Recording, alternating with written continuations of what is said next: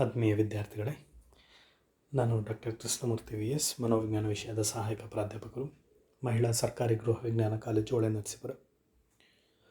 4ನೇ ಸೆಮಿಸ್ಟರ್ನ ಮೊದಲನೇ ಯೂನಿಟ್ ತಾರುಣ್ಯಾವಧಿಯಲ್ಲಿ ಈ ಕಳೆದ ವಿಡಿಯೋಗಳಲ್ಲಿ ತಾರುಣ್ಯಾವಧಿಯ ಸ್ವರೂಪದ ಬಗೆಗೆ, ತಾರುಣ್ಯಾವಧಿಯ ಲಕ್ಷಣಗಳು, ತಾರುಣ್ಯಾವಧಿಯಲ್ಲಿ ಕಂಡುಬರ್ತಕ್ಕಂಥ ಹರೆಯದ ಲಕ್ಷಣಗಳು, ತಾರುಣ್ಯಾವಧಿಯಲ್ಲಿ ಆಗ್ತಕ್ಕಂಥ ಶಾರೀರಿಕ ಮಾರ್ಪಾಡುಗಳು ಮತ್ತು ತಾರುಣ್ಯಾವಧಿಯಲ್ಲಿ ಪರಿಗಣಿಸಬೇಕಾದಂತಹ ಆರೋಗ್ಯದ ಸ್ಥಿತಿಗತಿಗಳು, ತಾರುಣ್ಯಾವಧಿಯಲ್ಲಿ ಕಂಡುಬರ್ತಕ್ಕಂಥ ಶಾರೀರಿಕ ಮಾರ್ಪಾಟುಗಳಿಗೆ ತೋರ್ತಕ್ಕಂಥ ಮಾನಸಿಕ ಪ್ರತಿಕ್ರಿಯೆಗಳು ಮತ್ತು ಈ ಒಂದು ಅವಧಿಯಲ್ಲಿ ಉಂಟಾಗಬಹುದಾದಂತಹ ಲೈಂಗಿಕವಾಗಿ ವರ್ಗಾವಣೆಯಾಗಿ ಬರ್ತಕ್ಕಂಥ ಕಾಯಿಲೆಗಳು ಮತ್ತು ತಾರುಣ್ಯ ಅವಧಿಯಲ್ಲಿ ಪ್ರಮುಖವಾಗಿ ಆಗ್ತಕ್ಕಂತಹ ಬೆಳವಣಿಗೆಗಳಲ್ಲಿ ನೈತಿಕ ವಿಕಾಸದ ಬೆಳವಣಿಗೆ ಯಾವ ರೀತಿ ಆಗುತ್ತೆ ಅನ್ನೋದರ ಸಂಬಂಧವಾಗಿ, ಅದರಲ್ಲಿ ಮುಖ್ಯವಾಗಿ ಕೋಲ್ಬರ್ಗ್ ರವರ ಸಿದ್ಧಾಂತದ ಬಗೆಗೆ ಕಳೆದ ವೀಡಿಯೋಸ್ನಲ್ಲಿ ನಾನು ನಿಮಗೆ ಮಾಹಿತಿಯನ್ನು ಹಂಚಿಕೊಂಡಿದ್ದೇನೆ.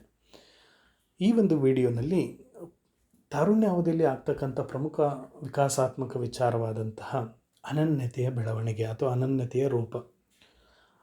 ಏನು ಅನನ್ಯತೆ ಅಂದರೆ, ಅನನ್ಯತೆ ಈ ತಾರುಣ್ಯಾವಧಿಯಲ್ಲಿ ಯಾವ ರೀತಿ ಒಂದು ಪ್ರಮುಖ ವಿಚಾರಾಂಶವಾಗಿ ಪರಿಗಣಿಸಲ್ಪಟ್ಟಿದೆ, ಯಾವ ರೀತಿ ಇದು ಬೆಳವಣಿಗೆಗೊಳ್ಳುತ್ತೆ ಅನ್ನೋದ್ರ ಬಗ್ಗೆ ನಾವು ನೋಡೋದಾದರೆ, ಮೊದಲನೇದಾಗಿ ಇದುವರೆಗೂ ಬಾಲಕಿಯರಾಗಿದ್ದಂಥವ್ರುಗಳು ಈ ಒಂದು ಅವಧಿಗೆ ಕಾಲಿಟ್ಟ ನಂತರದಲ್ಲಿ ತಮ್ಮನ್ನು ತಾವು ಈ ಸಮಾಜ, ಈ ಹೊರಗಿನ ಪ್ರಪಂಚ, ಈ ಒಂದು ವ್ಯವಸ್ಥೆಗೆ ಅನಾವರಣಗೊಳಿಸ್ಕೊಳ್ತಾ ಹೋಗ್ತಾರೆ. They expose themselves to the external world, to the family, to the society, to the friends, to the neighbors, to the external world. So in that process they start asking question themselves that who am I? ನಾನು ಏನು, ನಾನು ಯಾರು ಅನ್ನೋದ್ರ ಬಗೆಗೆ ಮೂಲಭೂತವಾದ ಪ್ರಶ್ನೆಯನ್ನು ಹಾಕ್ಕೊಳ್ಳೋದ್ರ ಮುಖವಾಗಿ ಈ ಒಂದು ಅನನ್ಯತೆಯ ಒಂದು ಬೆಳವಣಿಗೆ ಶುರುವಾಗುತ್ತೆ. ಈ ಒಂದು ಅನನ್ಯತೆಯ ಬಗೆಗೆ ಮೊದಲನೇದಾಗಿ ಅಧ್ಯಯನವನ್ನು ನಡೆಸಿ ವಿವರಣೆ ನೀಡಿದಂಥವರು ಎರಿಕ್ ಎರಿಕ್ಸನ್ ರವರು. ನಿಮಗೆಲ್ರಿಗೂ ಪರಿಚಯ ಇದೆ. ಎರಿಕ್ ಎರಿಕ್ಸನ್ ರವರ ಮನೋ ಸಾಮಾಜಿಕ ವ್ಯಕ್ತಿತ್ವ ಬೆಳವಣಿಗೆಯ ಸಿದ್ಧಾಂತ ಅಂತ ಹೇಳ್ಬಿಟ್ಟು ಕರಿತೇವೆ ಇದನ್ನು. ಎರಿಕ್ ಎರಿಕ್ಸನ್ ರವರ ಅತಿ ಜನಪ್ರಿಯವಾದಂಥ ವ್ಯಕ್ತಿತ್ವ ಬೆಳವಣಿಗೆ ಸಿದ್ಧಾಂತವಾದಂತಹ ಮನೋ ಸಾಮಾಜಿಕ ವ್ಯಕ್ತಿತ್ವ ಬೆಳವಣಿಗೆ ಸಿದ್ಧಾಂತ ಏನಿದೆ, ಆ ಸಿದ್ಧಾಂತದಲ್ಲಿ ತಾರುಣ್ಯಾವಧಿಯಲ್ಲಿ ಉಂಟಾಗ್ತಕ್ಕಂತಹ ಅನನ್ಯತೆ ಮತ್ತು ಅನನ್ಯತೆಯ ಗೊಂದಲದ ಬಗೆಗೆ ಅವರು ವಿವರಣೆಯನ್ನು ನೀಡಿದ್ದಾರೆ. ಎರಿಕ್ ಎರಿಕ್ಸನ್ ರವರ ಪ್ರಕಾರ ಅನನ್ಯತೆ ಅಂತಕ್ಕಂಥದ್ದು ಈ ಒಂದು ವಯಸ್ಸಿನಲ್ಲಿರ್ತಕ್ಕಂಥ ತಾರುಣ್ಯಾವಧಿಯಲ್ಲಿರ್ತಕ್ಕಂಥ ವ್ಯಕ್ತಿಗಳು ವಿವಿಧ ಅರ್ಥಗರ್ಭಿತ ಆಯ್ಕೆಗಳಿಗೆ ತಮ್ಮನ್ನು ತಾವು ತೆರೆದುಕೊಂಡಾಗ ಅದರಲ್ಲಿ ಪ್ರಮುಖವಾದಂತಹ ಒಂದು ಆಯ್ಕೆಯನ್ನು ಮಾಡಿಕೊಂಡು ಅದಕ್ಕೆ ಬದ್ಧರಾಗಿರ್ತಕ್ಕಂಥ ಒಂದು ಪರಿ ಏನಿದೆ ಅದನ್ನು ಅವರು ಅನನ್ಯತೆ ಅಂತ ಕರೆದಿರ್ತಕ್ಕಂಥದ್ದು. That is what Erikson explained that identity formation is one of making choices of exploring alternatives and committing roles. So when children starts asking themselves their role in the society, in the family, with the others and like that, so they start exploring so many aspects. In that they need to pick up or select one meaningful option, and they should be committed for that, because that will be their choice. So here the adolescents will be able to make choices, meaningful choices among the alternatives. And once they make choice, they should be committed for that choice. They should have the responsibility for that choice. So in that way they explore for the identity. So this is what Erik Erikson explained. That stage, ಅದೇನು identity ಮತ್ತು identity confusion ಏನಿದೆ ಅನ್ನೋದನ್ನು next ಸ್ಲೈಡಲ್ಲಿ explain ಮಾಡ್ತೇನೆ. Before that ಐಡೆಂಟಿಟಿಯ ಒಂದು ಸ್ವರೂಪವನ್ನು ನಾವು ಅರ್ಥ ಮಾಡ್ಕೊಳ್ಳುವಲ್ಲಿ, so identity ಅಂತಕ್ಕಂಥದ್ದು ಮೊದಲನೇದಾಗಿ ಮೂಲಭೂತವಾಗಿ ಶುರುವಾಗ್ತಕ್ಕಂಥದ್ದು, already I have told you that it starts with a fundamental question that who am I? ನಾನು ಯಾರು ಅನ್ನೋದ್ರ ಪ್ರಶ್ನೆಯೊಂದಿಗೆ ಇದು ಶುರುವಾಗುತ್ತೆ. So one or other time we need to ask a question ourselves that who we are, who am I, ನಾನೇನು, ನಾನು ಯಾರು ಅನ್ನೋದ್ರ ಬಗ್ಗೆ ಪ್ರಶ್ನೆಯನ್ನು ಹಾಕ್ಕೊಳ್ಬೇಕಾಗುತ್ತೆ. ಅದಷ್ಟೇ ಸಾಲದು. ವಾಟ್ ಐ ವ್ಯಾಲ್ಯೂ, ನಾನು ಯಾವುದನ್ನು ಹೆಚ್ಚು ಮೌಲ್ಯ ಮಾಡ್ತೇನೆ, ಯಾವುದಕ್ಕೆ ಇಂಪಾರ್ಟೆನ್ಸ್ ಕೊಡ್ತೇನೆ ಅನ್ನೋದ್ರ ಬಗ್ಗೆ ಕೂಡ ಇಲ್ಲಿ ತಿಳಿದುಕೊಳ್ಬೇಕಾಗುತ್ತೆ. And also they need to have the directions to choose to pursue in life. ಜೀವನದಲ್ಲಿ ನಾನು ಹೇಗಿರಬೇಕು ಅಂದರೆ ಹೇಗೆ ಬದುಕಬೇಕು, ನಾನು ಹೇಗೆ ಅದರ ಕಡೆಗೆ ಸಾಗಬೇಕು ಅನ್ನೋದ್ರ ಒಂದಿಗೆ ಈ ಒಂದು ಅನನ್ಯತೆ ತೆರೆದುಕೊಳ್ಳುತ್ತೆ. ಮುಖ್ಯವಾಗಿ ಅನನ್ಯತೆ ಅಂತಕ್ಕಂಥದ್ದು ಶುರುವಾಗ್ತಕ್ಕಂಥದ್ದು very important with the fundamental question that who am I ಅಂತಕ್ಕಂಥದ್ದು, ಆಮೇಲೆ ವಾಟ್ ಐ ವ್ಯಾಲ್ಯೂ ಅಂತಕ್ಕಂಥದ್ದು, and what are the directions I may choose to pursue life ಅಂತಕ್ಕಂಥದ್ದು. ಈ ಆಸ್ಪೆಕ್ಟ್ಸ್ನ ನಾವು ಏನು ಯೋಚನೆ ಮಾಡಿದಾಗೆ ಅಥವಾ ನಮ್ಮ ಅನುಭವಕ್ಕೆ ಬಂದ ಹಾಗೆ ಅನನ್ಯತೆ ತೆರೆದುಕೊಳ್ಳುತ್ತೆ. ಓಕೆ, ನಮ್ಮತನ ತೆರೆದುಕೊಳ್ಳುತ್ತೆ. ನಾನು ಯಾರು ಅನ್ನೋದ್ರ ಬಗ್ಗೆ ಉತ್ತರಗಳು ಸಿಗ್ತಾ ಹೋಗುತ್ತೆ. ನಾನು ಎಂಥ ವ್ಯಕ್ತಿ ಅನ್ನೋದ್ರ ಬಗ್ಗೆ ಉತ್ತರಗಳು ಸಿಗ್ತಾ ಹೋಗುತ್ತೆ. ಸೊ ಈ ಅನನ್ಯತೆ ಬಹುಮುಖ್ಯವಾಗಿ 2 ವಿಚಾರಗಳನ್ನು ಒಳಗೊಂಡಿದೆ. This identity formation or identity development involves 2 important aspects, that is self concept and self esteem. Self concept ಸ್ವಪ್ರತ್ಯಯ ಅಂತ ಹೇಳ್ತೀವಿ. ಸೆಲ್ಫ್ ಕಾನ್ಸೆಪ್ಟ್ ಅಂತಕ್ಕಂಥದ್ದು it is the self evaluation, what I know about my self. Okay, that is what self concept. ನನ್ನ values, ನನ್ನ ಆಲೋಚನೆಗಳು, ನನ್ನ ಒಂದು ವ್ಯಕ್ತಿತ್ವ, ನನ್ನೊಳಗಡೆ ಇರ್ತಕ್ಕಂತಹ ವ್ಯಕ್ತಿ, ಅದು ಸ್ವಪ್ರತ್ಯಯ ಅಂತಕ್ಕಂಥ. ಅಂದರೆ ನನ್ನ ಬಗೆಗೆ ನನಗೇನು ಪರಿಚಯ ಇದೆಯೋ, ನನ್ನ ಬಗೆಗೆ ನನಗೇನು ಗೊತ್ತಿದೆಯೋ ಅದನ್ನು ನಾವು ಸ್ವಪ್ರತ್ಯಯ ಅಂತ ಹೇಳ್ಬಿಟ್ಟು ಕರಿತೇವೆ. ಇದು ಅನನ್ಯತೆಯ ಭಾಗವಾಗಿ ಕೆಲಸ ಮಾಡುತ್ತೆ. ಅದಷ್ಟೇ ಅಲ್ಲ, ಅದರ ಮುಂದುವರಿದ ಭಾಗವಾಗಿ again the thoughts and perception or evaluation of self concept is known as self esteem. ನನ್ನ ಬಗ್ಗೆ ನನಗೇನು ಗೊತ್ತಿದೆಯಲ್ವ, ನನ್ನ ಬಗ್ಗೆ ನನಗೇನು ಅರಿವಿದೆಯಲ್ವ, ಅದ್ರ ಬಗೆಗೆ ಇರ್ತಕ್ಕಂಥ ಆಲೋಚನೆಗಳು ಮತ್ತು ಅದ್ರ ಬಗೆಗೆ ಒಂದು ಮಾಡ್ತಕ್ಕಂಥ ಮೌಲ್ಯಮಾಪನ ಏನಿದೆ ಅದನ್ನು ಸ್ವಪ್ರತಿಮೆ ಅಂತ ಹೇಳಿ ಕರಿತೇವೆ. ಈ ಸ್ವಪ್ರತ್ಯಯ ಮತ್ತು ಸ್ವಪ್ರತಿಮೆಗಳು ಒಟ್ಟಾರೆಯಾಗಿ ಸೇರಿ ಈ ಒಂದು ಅನನ್ಯತೆ, ನಾನಾರು ಅನ್ನೋದ್ರ ಬಗೆಗೆ ಒಂದು ಸ್ಪಷ್ಟತೆಯನ್ನು ನೀಡ್ತಾ ಹೋಗುತ್ತೆ. ಹಾಗಾಗಿ ಅನನ್ಯತೆಯ ಬೆಳವಣಿಗೆ ಈ 2 ವಿಚಾರಗಳನ್ನು ಒಳಗೊಂಡಿದೆ. Okay, mainly the identity development involves these 2 concepts. One is self concept and self esteem. Okay, then let's understand what exactly mean by this identity versus role confusion ಅಂತಕ್ಕಂಥದ್ದನ್ನು. Already I have mentioned this. Erik Erikson in his theory called a psychosocial development theory of personality, he explained the identity and role confusion with related to the adolescence age. ಈ ಒಂದು ಸಿದ್ಧಾಂತದಲ್ಲಿ 5ನೇ ಹಂತವಾಗಿ ನಿಮಗೆಲ್ಲರೂ ಗೊತ್ತಿದೆ. ಇದನ್ನು ನೀವು ಅಧ್ಯಯನ ಮಾಡಿರ್ತೀರ ಮೊದಲನೇ ಸೆಮಿಸ್ಟ್ರಲ್ಲಿ ಮತ್ತು 3ನೇ ಸೆಮಿಸ್ಟ್ರಲ್ಲಿ ಎಲ್ಲ ಅಧ್ಯಯನ ಮಾಡಿದ್ದೀರ. ಇದನ್ನು ಎರಿಕ್ಸನ್ ಅವರು ವ್ಯಕ್ತಿತ್ವ ಬೆಳವಣಿಗೆ ಅಂತಕ್ಕಂಥದ್ದನ್ನ ಒಟ್ಟು 8 ಹಂತಗಳಲ್ಲಿ ವಿವರಿಸಿರ್ತಕ್ಕಂಥದ್ದು. ಇಡೀ ಜೀವಿತಾವಧಿಯ ಒಳಗೊಂಡಂತೆ 8 ಹಂತಗಳಲ್ಲಿ ವ್ಯಕ್ತಿತ್ವ ಬೆಳವಣಿಗೆಯನ್ನು ವಿವರಿಸಿರೋದು. ಅವರ ಪ್ರಕಾರವಾಗಿ ವ್ಯಕ್ತಿತ್ವ ಬೆಳವಣಿಗೆ ಅಂತಕ್ಕಂಥದ್ದು ಮಾನಸಿಕ ಅಂಶಗಳು ಮತ್ತು ಸಾಮಾಜಿಕ ಅಂಶಗಳ ಪರಸ್ಪರ ಅನುಕ್ರಿಯೆಯ ಫಲವಾಗಿ ಉಂಟಾಗ್ತಕ್ಕಂತಹ ಪ್ರತಿಫಲ ಅಂತ ಹೇಳ್ತಾರೆ ಅವರು. ಪ್ರತಿ ಹಂತದಲ್ಲಿಯೂ ಕೂಡ ವ್ಯಕ್ತಿ ಸಾಕಷ್ಟು ಸಕಾರಾತ್ಮಕ ಅನುಭವಗಳು ಮತ್ತು ನಕಾರಾತ್ಮಕ ಅನುಭವಗಳ ನಡುವೆ ಘರ್ಷಣೆ ಏರ್ಪಡುತ್ತೆ. ಆ ಘರ್ಷಣೆಯನ್ನು ವ್ಯಕ್ತಿ ಯಾವ ರೀತಿಯಲ್ಲಿ ಬಗೆಹರಿಸ್ಕೊಳ್ತಾನೆ ಅನ್ನೋದರ ಆಧಾರಿತವಾಗಿ ಆತನ ವ್ಯಕ್ತಿತ್ವ ನಿರ್ಧಾರ ಆಗುತ್ತೆ ಅನ್ನೋದು ಆ ಸಿದ್ಧಾಂತದ ಮೂಲಭೂತ ವಿಚಾರ. So in that 5th stage is known as identity versus identity confusion or role confusion, we say.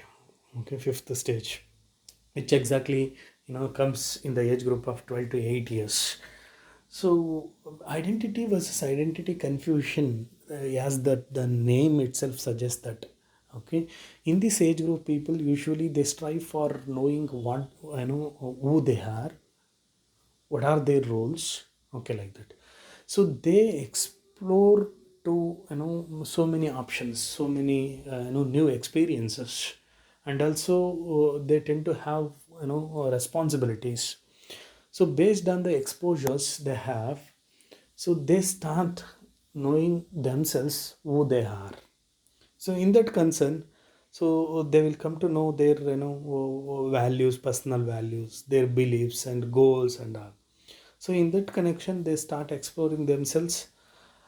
Mainly, they start knowing their roles in the different settings in life. Like for example, ಮನೆಯಲ್ಲಿ ಆತನ ಪಾತ್ರ ಏನು, ಸಮಾಜದಲ್ಲಿ ಪಾತ್ರ ಏನು, ಸ್ನೇಹಿತರೊಂದಿಗೆ ಪಾತ್ರ ಏನು, ಅಕ್ಕ ತಂಗಿಯರು ಅಥವಾ ಅಣ್ಣ ತಮ್ಮಂದಿರ ನಡುವೆ ಅವರ ಪಾತ್ರ ಏನು ಅನ್ನೋದ್ರ ಬಗೆಗೆ ಅವರು ಇಲ್ಲಿ ಒಂದಿಷ್ಟು ಅರಿತುಕೊಳ್ತಾ ಹೋಗ್ತಾರೆ.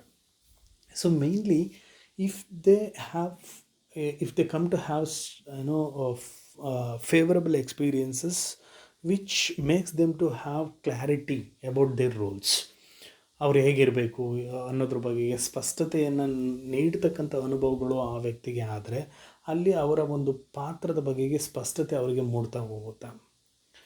ಅವ್ರು ತೆಗೆದುಕೊಳ್ತಕ್ಕಂಥ ಆಯ್ಕೆಗಳಿಗೆ ಅವಕಾಶ ಆಗಿ ಆಯ್ಕೆಗಳಲ್ಲಿ ಅವರಿಗೆ ಸ್ಪಷ್ಟತೆ ಇದ್ದಾಗ ಆ ಆಯ್ಕೆಯ ಒಂದು ಜವಾಬ್ದಾರಿಯನ್ನು ಅವ್ರದ್ದು ಹೊತ್ಕೊಳ್ಳೋದಕ್ಕೆ ಅಥವಾ ಜವಾಬ್ದಾರಿನ ಅರ್ಥಕೊಳ್ಳೋದಕ್ಕೆ ಅವರು ಸಮರ್ಥರಾದಾಗ ಅವ್ರಿಗೇನಾಗುತ್ತೆ ಅಂತಂದರೆ ಈ ಅನನ್ಯತೆ ಹಿತಕರವಾಗಿ ಬೆಳೀತಾ ಹೋಗುತ್ತೆ.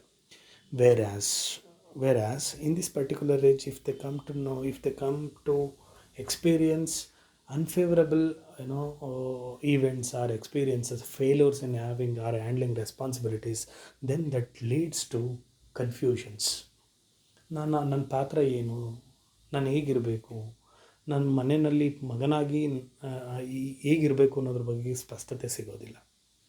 ಈಗೇನೋ ಒಂದು ಸಣ್ಣ ಪುಟ್ಟ ಜವಾಬ್ದಾರಿಯನ್ನು ವಹಿಸಿದಾಗ ಆ ಜವಾಬ್ದಾರಿಯನ್ನು ನಿಭಾಯಿಸುವಲ್ಲಿ ಅವರು ಅಕಸ್ಮಾತ್ ಫೇಲ್ ಆದಾಗ ಅವರಿಗೆ ಮತ್ತೊಂದು ಅವಕಾಶವನ್ನು ಒದಗಿಸಿಕೊಡ್ದೇ ಅಥವಾ ಅದರಿಂದ ಅವಮಾನ ಮಾಡೋದು ಅಥವಾ ಅವರನ್ನು ಕಡೆಗಣಿಸೋದು ಈ ರೀತಿ ಮಾಡಿದಾಗ ಸಾಮಾನ್ಯವಾಗಿ ಅವರಿಗೆ ಗೊಂದಲ ಶುರುವಾಗುತ್ತೆ. ನಾನು ಹೇಗಿರಬೇಕು, ಸ್ಪಷ್ಟತೆ ಸಿಗೋದಿಲ್ಲ ಅವರಿಗೆ.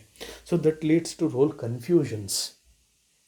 ಸೊ ಇನ್ ದಟ್ ಕನೆಕ್ಷನ್ ಸಾಮಾನ್ಯವಾಗಿ ಈ ವಯೋಮಾನದ ವ್ಯಕ್ತಿಗಳಿಗೆ ನಾನಾರು ಅನ್ನೋದನ್ನು ತಿಳ್ಕೊಳ್ಳೋದಕ್ಕೆ ಪೂರಕವಾದಂತಹ ಸನ್ನಿವೇಶಗಳು ಮತ್ತು ಪೂರಕವಾದಂಥ ಅನುಭವಗಳು ಹೆಚ್ಚು ಒದಗ್ತಾ ಹೋದಾಗೆ ಅವರ ಒಂದು ಅನನ್ಯತೆ ಉತ್ತಮವಾಗಿ ಬೆಳವಣಿಗೆಗೊಳ್ತಾ ಹೋಗುತ್ತೆ.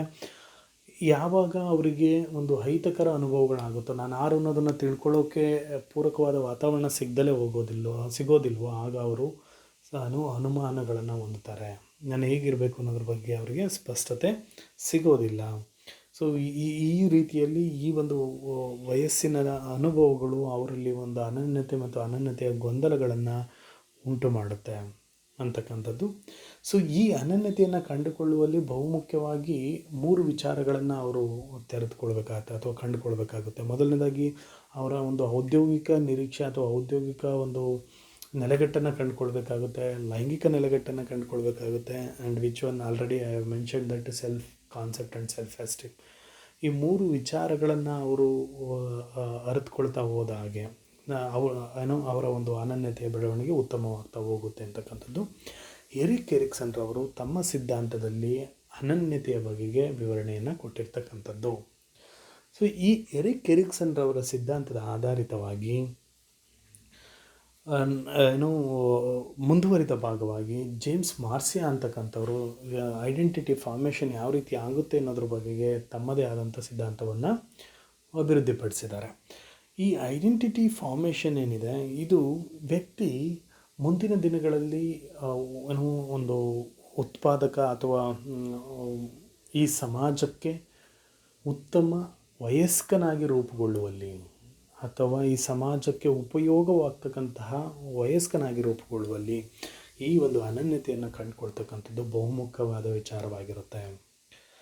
ಈ ಅನನ್ಯತೆ ಬೆಳವಣಿಗೆ ಅಂತಕ್ಕಂಥದ್ದು ಸಂಪೂರ್ಣವಾಗಿ ಈ ತಾರುಣ್ಯಾವಧಿ ಅಥವಾ ಪೂರ್ವ ವಯಸ್ಕಾವಧಿಗೆ ನಿಗದಿಯಾಗಿರ್ತಕ್ಕಂಥದ್ದಲ್ಲ. ಈ ಅನನ್ಯತೆಯ ಬೆಳವಣಿಗೆಯ ಒಂದು ಬೀಜ ಮಗುತನದ ಅವಧಿಯಲ್ಲೇ ಬಿತ್ತಿರುತ್ತೆ. ಮಗುತನದ ಅವಧಿಯಲ್ಲೇ ಅವರಿಗೆ ಆಗ್ತಕ್ಕಂಥ ಕೆಲವು ಅನುಭವಗಳು ಅಂದರೆ ಅವ್ರನ್ನ ನಾನು ಯಾರು ಅನ್ನೋದ್ರ ಬಗೆಗೆ ಅನಾವರಣಗೊಳ್ಳಲಿಕ್ಕೆ ಅನುವು ಮಾಡಿಕೊಡುತ್ತೆ. ಈಗ for example gender identity may be, ಅಥವಾ ರಿಲಿಜಿಯಸ್ ಐಡೆಂಟಿಟಿ ಇರ್ಬೋದು, ಅಥವಾ ಪೊಲಿಟಿಕಲ್ ಐಡೆಂಟಿಟಿ ಇರ್ಬೋದು. ಸೊ ಇಂಥ ಕೆಲವೊಂದು ಅನುಭವಗಳು ಮೊದಲೇ ಶುರುವಾಗಿರುತ್ತೆ.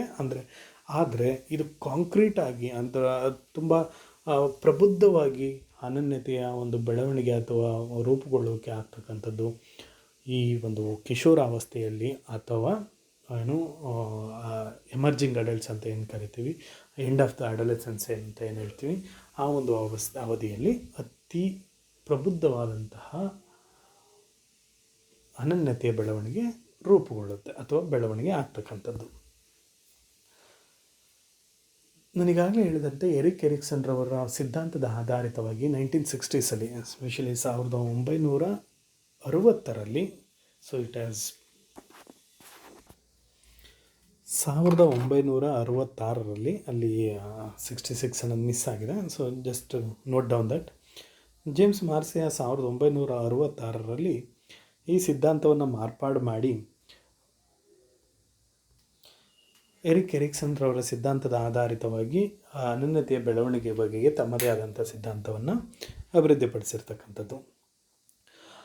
ಜೇಮ್ಸ್ ಮಾರ್ಸಿಯಾರವರು ಅನನ್ಯತೆಯ ಒಂದು ಬೆಳವಣಿಗೆಯ ಸ್ವರೂಪದ ಬಗೆಗೆ ಸಿದ್ಧಾಂತವನ್ನು ಅಭಿವೃದ್ಧಿಪಡಿಸುವಲ್ಲಿ ಅವರು ಒಂದು ನೈದಾನಿಕ ಸಂದರ್ಶನ ವಿಧಾನದ ಮೂಲಕವಾಗಿ ಮಾಹಿತಿಯನ್ನು ಸಂಗ್ರಹ ಮಾಡಿ ಅದನ್ನು ವಿಶ್ಲೇಷಣೆ ಮಾಡಿ ಮೌಲ್ಯಮಾಪನ ಮಾಡಿ ಎರಿಕ್ ಎರಿಕ್ಸನ್ ರವರ ಸಿದ್ಧಾಂತದ ಒಂದು ನೆಲೆಗಟ್ಟಿನ ಮೇಲೆ ತಮ್ಮದೇ ಆದಂಥ ಸಿದ್ಧಾಂತವನ್ನು ಅವರು ಅಭಿವೃದ್ಧಿಪಡಿಸ್ತಾರೆ. ಎರಿಕ್ ಎರಿಕ್ಸನ್ ರವರ ಸಿದ್ಧಾಂತದ ಆಧಾರಿತವಾಗಿ. Just understand here. So James Marcia developed a theory on identity formation or identity development based on Erik Erikson's theory by using clinical interviewing procedure. He found that the particular base for identity development is exploration and commitment. So identity formation mainly involves these two factors. Exploration means ತರುಣಿಯರು ಅಥವಾ ಈ ವಯಸ್ಸಿನ ವ್ಯಕ್ತಿಗಳು ಹೊಸದಾಗಿ ವಿವಿಧ ಆಯ್ಕೆಗಳಿಗೆ ಅನಾವರಣಗೊಳ್ತಕ್ಕಂಥದ್ದು. Exploration means ಅನಾವರಣಗೊಳ್ತಕ್ಕಂಥದ್ದು. Okay, where there will be more than 2 meaningful alternatives and where the person has to select one among them. So that is what exploration we call. And then commitment. Commitment means after they select a particular option, how they will commit to achieve that. Commitment ಅಂತಂದರೆ ಏನು ಹೇಳ್ತೀವಿ ನಾವು? ಬದ್ಧತೆ. ಮೊದಲನೇದಾಗಿ ಅನಾವರಣ, ಎರಡನೇದಾಗಿ ಬದ್ಧತೆ ಅಂದ್ರೇನು? ಅವರು ಮಾಡ್ಕೊಳ್ತಕ್ಕಂಥ ಆಯ್ಕೆ ಅಥವಾ ತೆಗೆದುಕೊಳ್ತಕ್ಕಂಥ ಜವಾಬ್ದಾರಿಗಳಿಂದ ಈ ಜವಾಬ್ದಾರಿಗಳಿಗೆ ಅವರು ಎಷ್ಟು ಬದ್ಧರಾಗಿರ್ತಾರೆ ಅಂತಕ್ಕಂಥದ್ದು. ಈ ಎರಡು ಅನುಭವಗಳು ಅಥವಾ ಈ ಎರಡು ವಿಚಾರಗಳ ಆಧಾರಿತವಾಗಿ ಅನನ್ಯತೆಯ ಬೆಳವಣಿಗೆ ಯಾವ ರೀತಿಯಲ್ಲಿ ಸಾಗುತ್ತೆ ಮತ್ತು ಯಾವ ರೀತಿಯಲ್ಲಿ ಅದು ನಡೆಯುತ್ತೆ ಅನ್ನೋದಕ್ಕೆ ಸಂಬಂಧಪಟ್ಟಂತೆ ಜೇಮ್ಸ್ ಮಾರ್ಸಿಯಾರವರು ತಮ್ಮದೇ ಆದಂಥ ಸಿದ್ಧಾಂತವನ್ನು ಅಭಿವೃದ್ಧಿಪಡಿಸಿ ಈ ಎರಡು ವಿಚಾರಗಳ ಅಥವಾ ಈ ಎರಡು ಅನುಭವಗಳ ಉಪಸ್ಥಿತಿ ಮತ್ತು ಆ ಎರಡು ಅನುಭವಗಳ ಅನುಪಸ್ಥಿತಿಯ ಆಧಾರಿತವಾಗಿ ಇಡೀ ಅನನ್ಯತೆಯ ಬೆಳವಣಿಗೆಯನ್ನು ಅವರು 4 ಹಂತಗಳಾಗಿ ವಿವರಿಸಿದ್ದಾರೆ. ಏನು ಅದು 4 ಹಂತಗಳನ್ನು ಅನ್ನೋದನ್ನು ನೋಡೋದಾದರೆ, ಮೊದಲನೇದಾಗಿ ಐಡೆಂಟಿಟಿ ಡಿಫ್ಯೂಷನ್ ಅಂತ ಕರಿತೀವಿ. ಐಡೆಂಟಿಟಿ ಡಿಫ್ಯೂಷನ್ ಇಲ್ಲಿ ಹೆಸರೇ ಸೂಚಿಸುತ್ತೆ. ಇದು ಮೊದಲನೇ ಹಂತ, ಅಂದರೆ ಅನನ್ಯತೆ ಬೆಳವಣಿಗೆಗೊಳ್ತಕ್ಕಂತಹ ಮೊದಲನೇ ಹಂತ ಇದು. ಯಾವಾಗ ತರುಣಿಯರು ಸಾಮಾನ್ಯವಾಗಿ ಅವರಿಗೆ ಒಂದು ಸ್ಪಷ್ಟ ನಿರ್ದೇಶನ ಅಥವಾ ಸ್ಪಷ್ಟ ದಾರಿ ಇರೋದಿಲ್ಲೋ, ಅಂದರೆ ಸ್ಪಷ್ಟ ಒಂದು ಗುರಿ ಇರೋದಿಲ್ಲೋ, ಆ ಒಂದು ಅವಧಿ ಈ ಒಂದು ಐಡೆಂಟಿಟಿ ಡಿಫ್ಯೂಷನ್ ಆಗಿರುತ್ತೆ. ಈ ಒಂದು ಅವಧಿಯಲ್ಲಿ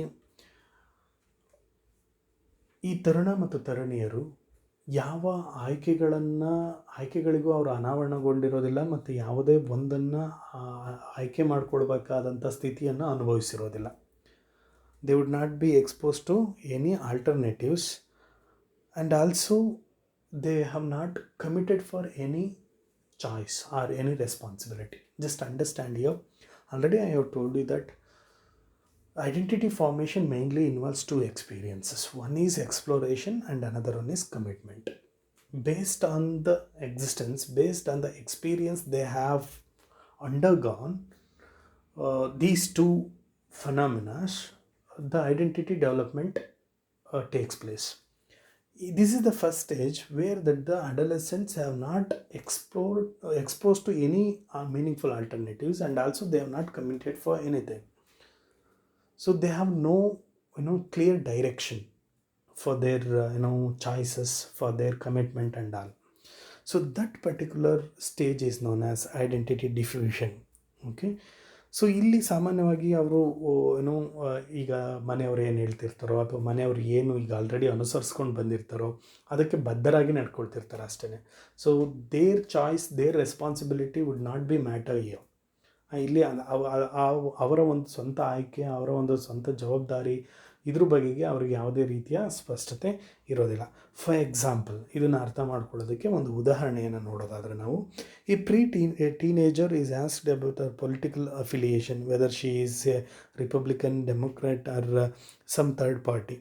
After thinking about it for a moment, she says that she does not identify with any political party and really does not know much about politics. Just ಇಲ್ಲಿ ಅಂಡರ್ಸ್ಟ್ಯಾಂಡ್ ದಿಸ್. ಫಾರ್ ಎಕ್ಸಾಂಪಲ್, ಈಗ ಈ ವಯಸ್ಸಿನಲ್ಲಿರ್ತಕ್ಕಂಥ ಯಾವುದಾದ್ರೂ ಒಂದು ವ್ಯಕ್ತಿಯನ್ನು ಅವರಿಗೆ ಯಾವ political party ಇಷ್ಟ ಆಗುತ್ತೆ, ಯಾಕೆ ಇಷ್ಟ ಆಗುತ್ತೆ ಅನ್ನೋದ್ರ ಬಗ್ಗೆ ಕೇಳಿದ್ರೆ, ಈಗ ಫಾರ್ ಎಕ್ಸಾಂಪಲ್ ನಮ್ಮಲ್ಲಿ ಈಗ ಬಿ ಜೆ ಪಿನೋ, ಕಾಂಗ್ರೆಸ್ಸು ಅಥವಾ ಜೆ ಡಿ ಎಸ್ಸು ಅಥವಾ ಬೇರೆ ಯಾವುದಾದ್ರೂ ಪಾರ್ಟಿನೋ ಇಷ್ಟ ಆಗುತ್ತೆ, ಅಥವಾ ಯಾವ ಇದು ನಿಮ್ಗೆ ಇಷ್ಟ ಆಗುತ್ತೆ, ಅಥವಾ ಯಾವುದಕ್ಕೆ ನೀವು ವೋಟ್ ಹಾಕ್ತೀರಾ, ಆ ಥರ ಕೇಳಿದ್ರೆ ಯೂಶ್ವಲಿ ಅವ್ರೇನು ಹೇಳ್ತಾರೆ ಅಂತಂದರೆ, ಅವ್ರಿಗೆ ಇದ್ರ ಬಗ್ಗೆ ಪೊಲಿಟಿಕ್ಸ್ ಅಷ್ಟು ನನಗೆ ಇಷ್ಟ ಇಲ್ಲ. ಆಮೇಲೆ ಅವ್ರು ಏನು ಹೇಳ್ತಾರೆ ಅಂತಂದರೆ, ಯಾವ ಪೊಲಿಟಿಕಲ್ ಪಾರ್ಟಿ ಜೊತೆಗೂ ನನಗೆ ಗುರುತಿಸ್ಕೊಳ್ಳೋಕ್ಕೆ ಇಷ್ಟ ಇಲ್ಲ. ಅಂದರೆ she hasn't thought that which party would be better among the existing parties. And also she has not taken the responsibility to make choice among them.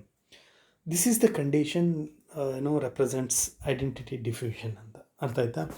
ಇಲ್ಲಿ ಅಂದರೆ ಸ್ಪಷ್ಟವಾಗಿ ಅರ್ಥ ಮಾಡ್ಕೊಳ್ಳಿ. ಇಲ್ಲಿ ಆ ವ್ಯಕ್ತಿ ಯಾವುದೇ ಒಂದು ಅರ್ಥಗರ್ಭಿತ ಆಯ್ಕೆಗಳಿಗೆ ಅನಾವರಣಗೊಂಡಿಲ್ಲ, ಮತ್ತು ಇರ್ತಕ್ಕಂಥ ಆಯ್ಕೆಗಳಲ್ಲಿ ಯಾವುದಾದ್ರೂ ಒಂದನ್ನು ಆಯ್ಕೆ ಮಾಡ್ಕೊಳ್ಬೇಕಾದಂಥ ಸಂದರ್ಭವನ್ನು ಅನುಭವಿಸಿಲ್ಲ. ಫಾರ್ ಎಕ್ಸಾಂಪಲ್, ಈಗ SSLC ಮುಗಿದ್ಮೇಲೆ ಈಗ ಆರ್ಟ್ಸ್ ತಗೊಳ್ಳೋದು, ಸೈನ್ಸ್ ತಗೊಳ್ಳೋದು, ಅಥವಾ ಕಾಮರ್ಸ್ ತಗೊಳ್ಳೋದು, ಅಥವಾ ಓದೋದು ನಿಲ್ಲಿಸೋದು, ಅಥವಾ ಬೇರೆ ಕೆಲಸ ಮಾಡ್ತಕ್ಕಂಥದ್ದು, ಅಥವಾ ತಂದೆ ತಾಯಿಗಳಿಗೆ ಏನಾದರೂ ಪೂರಕವಾಗಿ ಕೆಲಸ ಮಾಡ್ತಕ್ಕಂಥದ್ದು, ಇಂಥ 10 ಹಲವಾರು ಆಯ್ಕೆಗಳಿರುತ್ತೆ.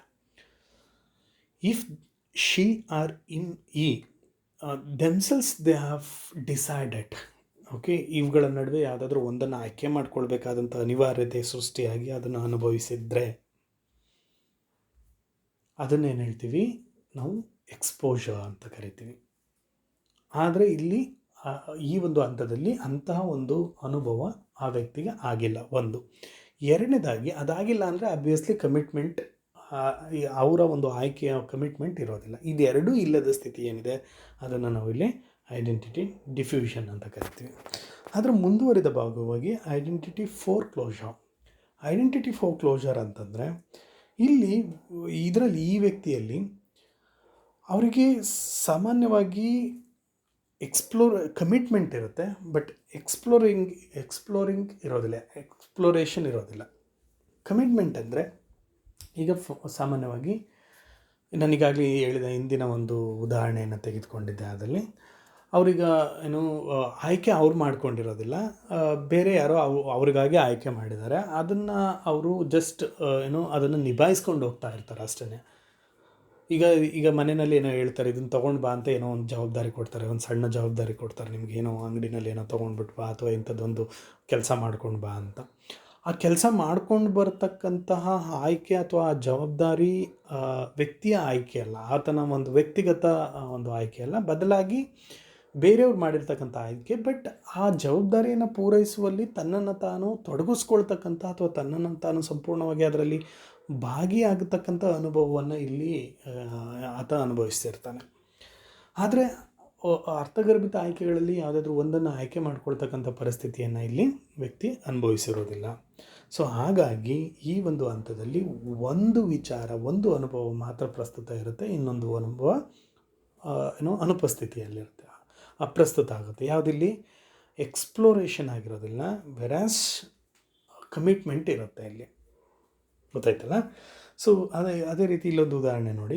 ಫಾರ್ ಎಕ್ಸಾಂಪಲ್, ಇಲ್ಲಿ ನೋಡಿ, ಅದೇ ಒಂದು ಉದಾಹರಣೆಯನ್ನು ತೆಗೆದುಕೊಳ್ಳೋಣ. ಹಳೆಯ ಉದಾಹರಣೆ ನಾನು ಹೇಳಿದಾಗೆ, ಈಗ ಯಾವ ಒಂದು ಪೊಲಿಟಿಕಲ್ ಪಾರ್ಟಿಗೆ ಇಷ್ಟ ಆಗುತ್ತೆ, ಯಾಕೆ ಇಷ್ಟ ಆಗುತ್ತೆ ಅನ್ನೋದ್ರ ಬಗ್ಗೆ ಅವರಿಗೆ ಸ್ವಂತ ಒಂದು ಆಯ್ಕೆ ಇಲ್ಲ. ಆದರೆ ಮನೆಯಲ್ಲೀಗ ಯಾವುದೋ ಒಂದು ಆಯ್ಕೆ ಮಾಡಿರ್ತಾರೆ, ಏನೋ ಒಂದು ಮನೆಯಲ್ಲಿ ನಡೆಸ್ಕೊಂಡು ಬಂದಿರ್ತಾರೆ, ಇಂಥ ಪಾರ್ಟಿಗೆ ಕಮಿಟೆಡ್ ಆಗಿ ಅಥವಾ ಇಂಥ ಪಾರ್ಟಿಗೆ ಅಫಿಲಿಯೇಟ್ ಆಗಿ. ಅವರು ಸುಮ್ಮನೆ ಅದನ್ನು ಫಾಲೋ ಮಾಡ್ತಾರೆ ಅಷ್ಟೇ. ಯಾವ ಮನೆಯವರೆಲ್ಲ ಯಾವ ಪಾರ್ಟಿಗೆ ವೋಟ್ ಹಾಕಬೇಕು ಅಂತ ಇರ್ತಾರೋ, ಅಫಿಲಿಯೇಟ್ ಆಗಿರ್ತಾರೋ, ಅದಕ್ಕೆ ಇವ್ರದ್ದು ಅಫಿಲಿಯೇಟ್ ಆಗಿರುತ್ತೆ. ಸೊ ಆ ರೀತಿ ಒಂದು ಸ್ಥಿತಿಯಲ್ಲಿರ್ತಕ್ಕಂತಹ ವ್ಯಕ್ತಿಗಳನ್ನು ಈ ಒಂದು ಹಂತದಲ್ಲಿ ನಾವು ಕಾಣಬಹುದಾಗಿದೆ. ಐಡೆಂಟಿಟಿ ಫೋರ್ಕ್ಲೋಜರ್ ಅಂತ ಹೇಳ್ತೀವಿ. ಅಂದರೆ ಅವರ ಸ್ವಂತವಾಗಿ ಆಯ್ಕೆ ಮಾಡಿರೋದಿಲ್ಲ, ಬಟ್ ಮನೆಯವರು ಮಾಡಿದ ಆಯ್ಕೆಗೆ ಬದ್ಧರಾಗಿರ್ತಾರೆ, ಬದ್ಧತೆ ಇರುತ್ತೆ, ಆಯ್ಕೆ ಅನಾವರಣ ಇರೋದಿಲ್ಲ. ಸೊ ಆ ಒಂದು ಹಂತವನ್ನು ನಾವೇನು ಹೇಳ್ತೀವಿ, ಐಡೆಂಟಿಟಿ ಫೋರ್ಕ್ಲೋಜರ್ ಅಂತ ಕರಿತೀವಿ. ಹಾಗಾಗಿ ಇಲ್ಲಿ ವ್ಯಕ್ತಿಗೆ ಏನಾಗುತ್ತೆ ಅಂದರೆ, so they explore themselves that how to commit for the given responsibility. ಇದನ್ನು ಈ ಒಂದು ಹಂತದಲ್ಲಿ ವ್ಯಕ್ತಿ ತನ್ನನ್ನು ತಾನು ಮನಗಾಣ್ತಾ ಹೋಗ್ತಾನೆ, ತನ್ನ ತನವನ್ನು ತಾನು ಮನಗಾಣ್ತಾ ಹೋಗ್ತಾನೆ. Then the third stage of that identity development is known as identity moratorium ಅಂತ ಕರಿತೀವಿ. ಮೊರಟೋರಿಯಮ್ ಮೀನ್ಸ್ ಇಯರ್ ಡಿಲೇ ಅಂತ, ತಡ ಆಗೋದು ಅಂತ. ಮೊರಟೋರಿಯಮ್ ಅಂತಂದರೆ ತಡ ಆಗೋದು, ಹೋಲ್ಡಿಂಗ್ ಪ್ಯಾಟರ್ನ್ ಅಥವಾ ಡಿಲೇ ಅಂತ ಕರಿತೀವಿ. ಸೊ ಇದರಲ್ಲಿ ಈ ಹಿಂದಿನ ಹಂತದಲ್ಲಿ ಯಾವುದು ಅಪ್ರಸ್ತುತ ಇತ್ತೋ ಅಥವಾ ಯಾವುದು ಪ್ರಸ್ತುತ, ಇಲ್ಲಿ ಉಲ್ಟಾ ಆಗುತ್ತೆ. ಉಲ್ಟಾ ಅಂದರೆ ಹೇಗೆ? ವ್ಯಕ್ತಿ ತಾನು ಮಾಡ್ತಕ್ಕಂತಹ ತನಗೆ ಸಂಬಂಧಪಟ್ಟಂತಹ ವಿಚಾರಗಳನ್ನು ಆಯ್ಕೆ ಮಾಡ್ಕೊಳ್ತಕ್ಕಂತಹ ಒಂದು ಸಾಮರ್ಥ್ಯವನ್ನು ಹೊಂದಿರ್ತಾನೆ, ಅಥವಾ ಅದರ ಅನುಭವ ಆಗಿರುತ್ತೆ. ನಾನು ಈಗಾಗಲೇ ಹೇಳಿದಂತೆ SLC ಮುಗಿದ ಮೇಲೆ ಏನು ಓದಬೇಕು ಅನ್ನೋದು ವಿವಿಧ ಆಯ್ಕೆಗಳಿದಾವಲ್ವ, ಎಲ್ಲವೂ ಅರ್ಥಗರ್ಭಿತ ಆಯ್ಕೆಗಳಿಲ್ಲ. ಅದರಲ್ಲಿ ಯಾವುದಾದ್ರೂ ಒಂದನ್ನು ತಾನೇ ಆಯ್ಕೆ ಮಾಡಿಕೊಳ್ಬೇಕಾದಂಥ ಅನಿವಾರ್ಯತೆಯಂಥ ಸ್ಥಿತಿಯನ್ನು ವ್ಯಕ್ತಿ ಅನುಭವಿಸಿರ್ತಾನೆ. ಆದರೆ ಅದಕ್ಕೆ ಎಷ್ಟು ಮಟ್ಟಿಗೆ ಬದ್ಧನಾಗಿರಬೇಕು ಅನ್ನೋದ್ರ ಬಗೆಗೆ ಇಲ್ಲಿ ಸ್ಪಷ್ಟತೆ ಇರೋದಿಲ್ಲ. ಓಕೆ, ಐಡೆಂಟಿಟಿ ಮೊರಟೋರಿಯಮ್ ಅಂತ ಹೇಳಿ ಕರಿತೇವೆ. ಅಂದರೆ ಆಯ್ಕೆ ಮಾಡ್ಕೊಳ್ತಕ್ಕಂಥ ಪರಿಸ್ಥಿತಿಯನ್ನು ಅನುಭವಿಸಿರ್ತಾರೆ ವಿವಿಧ ರೀತಿಯ ಈಗ ಫಾರ್ ಎಕ್ಸಾಂಪಲ್ ಪ್ರೀವಿಯಸ್ ಎಕ್ಸಾಂಪಲ್ನ ತೆಗೆದುಕೊಳ್ಳೋದಾದರೆ ಪೊಲಿಟಿಕಲ್ ಪಾರ್ಟಿ ಅಫಿಲಿಯೇಷನ್ಸು. ಈಗ JDS ಬೇಕೋ, ಕಾಂಗ್ರೆಸ್ ಬೇಕೋ, ಅಥವಾ BJP ಬೇಕೋ, ಅಥವಾ ಬೇರೆ ಯಾವ ಪಕ್ಷ ಒಳ್ಳೆಯದು ಅನ್ನೋದ್ರ ಬಗ್ಗೆ ಅವರಿಗೆ ಒಂದು ಆಯ್ಕೆ ಮಾಡ್ಕೊಳ್ತಕ್ಕಂಥ ಪರಿಸ್ಥಿತಿಯನ್ನು ಅವ್ರು ಆಲ್ರೆಡಿ ಅನುಭವಿಸಿರ್ತಾರೆ. ಸೊ ದಟ್ ಇವ್ಯಾಲ್ಯುವೇಷನ್ ಇರ್ಬೋದು, ಎಕ್ಸ್ಪ್ಲೋರೇಷನ್ ಇರ್ಬೋದು, ಅದು ವ್ಯಕ್ತಿಗೆ ಅನುಭವ ಆಗಿರುತ್ತೆ ಇಲ್ಲಿ. ಆದರೆ ತದನಂತರದಲ್ಲಿ ಅದಕ್ಕೆ ಆಯ್ಕೆ ಮಾಡಿಕೊಂಡ ನಂತರದಲ್ಲಿ ಅದಕ್ಕೆ ಬದ್ಧರಾಗಿರಬೇಕಲ್ವ. ಆ ಬದ್ಧತೆಯಲ್ಲಿ ವ್ಯಕ್ತಿ ತನ್ನನ್ನು ತಾನು ತೊಡಗಿಸ್ಕೊಳ್ಳೋದಿಲ್ಲ. ಇಂಥ ಒಂದು ಸ್ಥಿತಿಯನ್ನು ನಾವು ಐಡೆಂಟಿಟಿ ಮೊರಟೋರಿಯಮ್ ಅಂತ ಕರಿತೀವಿ.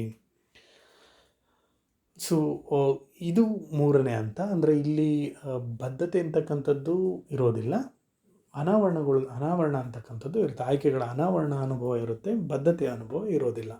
ಸೊ ಇದನ್ನು ಮೂರನೇ ಹಂತ ಅಂತ ಹೇಳಿ ಕರಿತೀವಿ. The last stage of that moral development, that is the highest stage and ಉನ್ನತ ಮಟ್ಟದಲ್ಲಿರ್ತಕ್ಕಂತಹ ಒಂದು ಹಂತ ಅಂತ.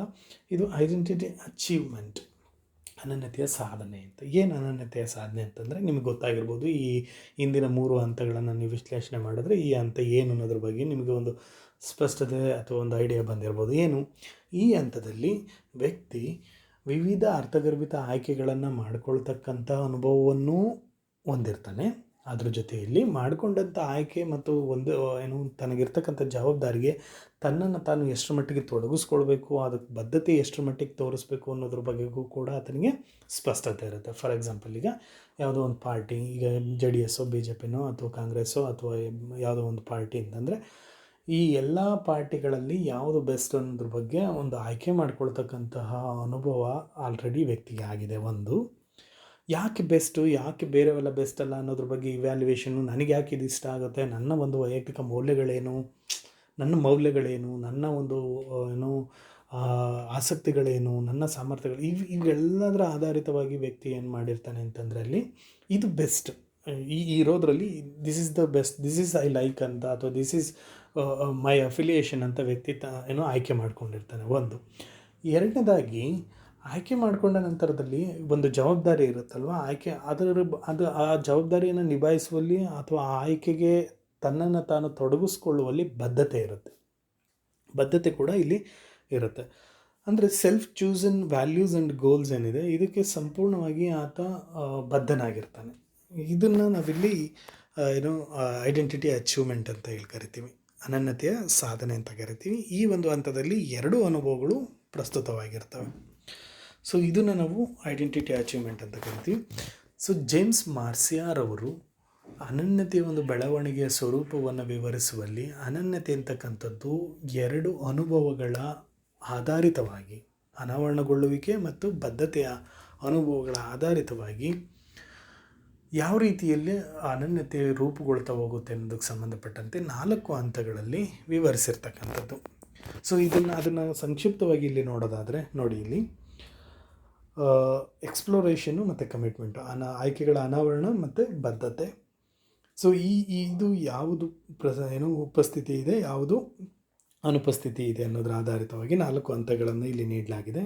ನೋಡಿ, ಮೊದಲನೇದಾಗಿ ಐ ಇಲ್ಲಿ ಎಕ್ಸ್ಪ್ಲೋರೇಷನ್ನು ಪ್ರೆಸೆಂಟ್ ಇದೆ, ಕಮಿಟ್ಮೆಂಟು ಪ್ರೆಸೆಂಟ್ ಇದೆ, ಎರಡೂ ಇದೆ. ಎಕ್ಸ್ಪ್ಲೋರೇಷನ್ನು ಇದೆ, ಕಮಿಟ್ಮೆಂಟು ಇದೆ. ಅದನ್ನೇನು ಹೇಳ್ತೀವಿ ಇಲ್ಲಿ ಅನನ್ಯತೆಯ ಸಾಧನೆ, ಐಡೆಂಟಿಟಿ ಅಚೀವ್ಮೆಂಟ್ ಅಂತ ಹೇಳ್ತೀವಿ, ಕೊನೆಯ ಅಂತ ಹೇಳಿದ್ನಲ್ವ, ದಟ್ ಸ್ಟೇಜ್. ವೆರಾಸ್ ಇಲ್ಲಿ ಎಕ್ಸ್ಪ್ಲೋರೇಷನ್ನು ಮತ್ತು ಕಮಿಟ್ಮೆಂಟ್ನ ನಾವು ನೋಡಿದಾಗ ಎರಡನೇದು ಈ ಪ್ರೆಸೆಂಟ್ ಕೆಳಗಡೆ ನೋಡಿ, ಇಲ್ಲಿ ಐಡೆಂಟಿಟಿ ಅಚೀವ್ಮೆಂಟ್ ಕೆಳಗಡೆ ಇರೋದು ಐಡೆಂಟಿಟಿ ಫೋರ್ಕ್ಲೋಷರ್ ಇದೆಯಲ್ವ. ಐಡೆಂಟಿಟಿ ಫೋರ್ಕ್ಲೋಷರಲ್ಲಿ ಎಕ್ಸ್ಪ್ಲೋರೇಷನ್ ಆಬ್ಸೆಂಟ್ ಆಗಿದೆ, ಕಮಿಟ್ಮೆಂಟ್ ಪ್ರೆಸೆಂಟ್ ಆಗಿದೆ. ಅಂದರೆ ಅರ್ಥಗರ್ಭಿತ ಆಯ್ಕೆಗಳನ್ನು, ಆಯ್ಕೆಗಳ ಅನಾವರಣ ಏನಿದೆ ಇರೋದಿಲ್ಲ, ಆದರೆ ಏನು ಬೇರೆಯವರ ಒಂದು ಆಯ್ಕೆ ಅಥವಾ ಜವಾಬ್ದಾರಿ ಇದೆ ಅದಕ್ಕೆ ಅವರು ಬದ್ಧತೆಯನ್ನು ಇಲ್ಲಿ ತೋರಿಸ್ತಾರೆ. ಹಾಗಾಗಿ ಅದನ್ನು ಐಡೆಂಟಿಟಿ ಫೋರ್ಕ್ಲೋಷರ್ ಅಂತ ಕರಿತೀವಿ. ಮೂರನೇದಾಗಿ ಇಲ್ಲಿ ಬನ್ನಿ, ಮೊರಟೋರಿಯಮ್ ಇದೆಯಲ್ವ, ಅದೇ ತಡವಾಗಿ ಆಗ್ತಕ್ಕಂಥದ್ದು. ಎಕ್ಸ್ಪ್ಲೋರೇಷನ್ ಮತ್ತು ಕಮಿಟ್ಮೆಂಟ್ನ ಇಲ್ಲಿ ನೋಡೋದಾದರೆ ಇಲ್ಲಿ ಕಮಿಟ್ಮೆಂಟ್ ಆಬ್ಸೆಂಟ್ ಇದೆ, ಎಕ್ಸ್ಪ್ಲೋರೇಷನ್ ಪ್ರೆಸೆಂಟ್ ಇದೆ. ಇಲ್ಲಿ ನೋಡಿ, ಅದನ್ನು ಐಡೆಂಟಿಟಿ ಮೊರಟೋರಿಯಮ್ ಅಂತ ಕರಿತೀವಿ. ಐಡೆಂಟಿಟಿ ಡಿಫ್ಯೂಷನಲ್ಲಿ ಏನಿದೆ, ಇಲ್ಲಿ ಎಕ್ಸ್ಪ್ಲೋರೇಷನ್ ಆಬ್ಸೆಂಟ್ ಇದೆ, ಕಮಿಟ್ಮೆಂಟ್ ಕೂಡ ಆಬ್ಸೆಂಟ್ ಇದೆ. ಹಾಗಾಗಿ ಇದನ್ನು ಐಡೆಂಟಿಟಿ ಡಿಫ್ಯೂಷನ್ ಅಂತ ಕರಿತೀವಿ. ಸೊ ಈ ಎರಡು ರೀತಿಯ ಅನುಭವಗಳ ಆಧಾರಿತವಾಗಿ ಈ ವ್ಯಕ್ತಿ ಈ 4 ಸ್ಥಿತಿಯಲ್ಲಿ ಯಾವ ಸ್ಥಿತಿಯಲ್ಲಾದರೂ ಕೂಡ ಇರ್ಬೋದಾಗಿರುತ್ತೆ. ಸೊ ಇದನ್ನು ನೀವು ಸ್ಪಷ್ಟವಾಗಿ ಜ್ಞಾಪಕದಲ್ಲಿಟ್ಕೊಂಡ್ರೆ ಈ ಸಿದ್ಧಾಂತದ ಒಂದು ಸ್ಪಷ್ಟತೆ ನಿಮಗೆ ಸಿಗುತ್ತೆ. ಇದಿಷ್ಟು ಅನನ್ಯತೆಯ ಬೆಳವಣಿಗೆಗೆ ಸಂಬಂಧಪಟ್ಟಂತೆ. ತಾರುಣ್ಯ ಅವಧಿಯಲ್ಲಿ ಪ್ರಮುಖವಾಗಿ ಉಂಟಾಗ್ತಕ್ಕಂಥ ಒಂದು ವಿಕಾಸಾತ್ಮಕ ವಿಚಾರಾಂಶಗಳಲ್ಲಿ ಅನನ್ಯತೆಯ ಬೆಳವಣಿಗೆ ಒಂದು ಪ್ರಮುಖವಾದಂಥ ವಿಚಾರಾಂಶ. ಅನನ್ಯತೆ ಅಂತಂದರೆ ಏನು, ಅನನ್ಯತೆಯು ಬೆಳವಣಿಗೆ ಒಳಗೊಳ್ತಕ್ಕಂಥ ವಿಚಾರಗಳೇನು ಅನ್ನೋದ್ರ ಬಗ್ಗೆ ನಾನು ಹೇಳಿದ್ದೀನಿ. ಪ್ರಮುಖವಾಗಿ ಸೆಲ್ಫ್ ಕಾನ್ಸೆಪ್ಟು ಮತ್ತು ಸೆಲ್ಫ್ ಎಸ್ಟೀಮು, ಮತ್ತು ಪ್ರಮುಖವಾಗಿ ತಾವು ಅನಾವರಣಗೊಳಿಸ್ಕೊಳ್ಬೇಕಾದಂಥ 3 ಪ್ರಶ್ನೆಗಳು. ನಾನಾರು ಅನ್ನೋದು, ನನ್ನ ಮೌಲ್ಯಗಳೇನು ಅಂತಕ್ಕಂಥದ್ದು, ನಾನು ಜೀವನದಲ್ಲಿ ಈ ರೀತಿ ಇರಬೇಕು ಅಂತಂದರೆ ಯಾವ ಹಾದಿಯನ್ನು ಆಯ್ಕೆ ಮಾಡಿಕೊಳ್ಬೇಕು ಅನ್ನೋ ಒಂದು ಪ್ರಶ್ನೆ. ಇಂಥ ಪ್ರಶ್ನೆಗಳನ್ನು ವ್ಯಕ್ತಿ ಹಾಕ್ಕೊಳ್ತಾ ಹೋದ ಹಾಗೆ ಆತನ ಒಂದು ಪರಿಚಯ ಆತನಿಗೆ ಆಗ್ತಾ ಹೋಗುತ್ತೆ. ಎರಿಕ್ ಎರಿಕ್ಸನ್ ರವರ ತಮ್ಮ ಸಿದ್ಧಾಂತದ 5ನೇ ಹಂತದಲ್ಲಿ ಅನನ್ಯತೆ ಮತ್ತು ಅನನ್ಯತೆಯ ಗೊಂದಲದ ಬಗ್ಗೆ ವಿವರಿಸಿರ್ತಕ್ಕಂಥದ್ದು ಅದೇನು ಅನ್ನೋದ್ರ ಬಗ್ಗೆ ನಾನು ಹೇಳಿದ್ದೇನೆ.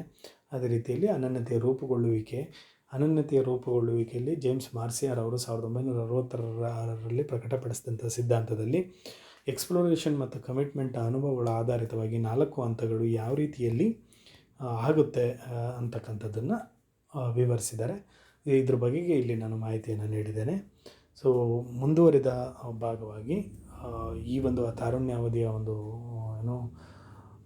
ಮನೋಸಾಮಾಜಿಕ ಬೆಳವಣಿಗೆ ಯಾವ ರೀತಿ ಆಗುತ್ತೆ ಅನ್ನೋದಕ್ಕೆ ಸಂಬಂಧಪಟ್ಟಂತೆ ಮುಂದಿನ ವಿಡಿಯೋದಲ್ಲಿ ಮಾಹಿತಿಯನ್ನು ಕೊಡ್ತೇನೆ. ಸೊ ಈ ಒಂದು ವಿಡಿಯೋದಲ್ಲಿ ನೀಡಿರ್ತಕ್ಕಂಥ ಮಾಹಿತಿ ನಿಮಗೆ ಉಪಯುಕ್ತವಾಗಿದೆ ಮತ್ತು ಅರ್ಥ ಆಗಿದೆ ಅಂತ ಭಾವಿಸ್ತೇನೆ. ಸೊ ಎಲ್ರಿಗೂ ಧನ್ಯವಾದಗಳು.